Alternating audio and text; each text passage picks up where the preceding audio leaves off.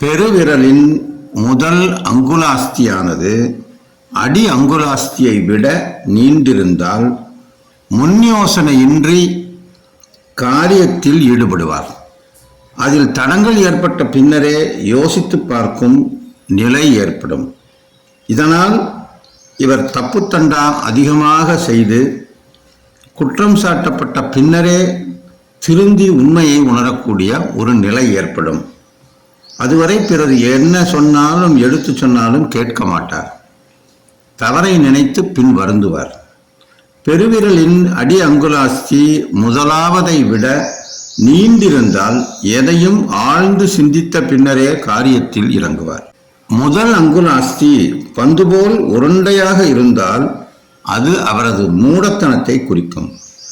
எவ்வளவு பெரிதாக உள்ளதோ அந்தளவுக்கு புத்தியற்றவராக இருப்பார்.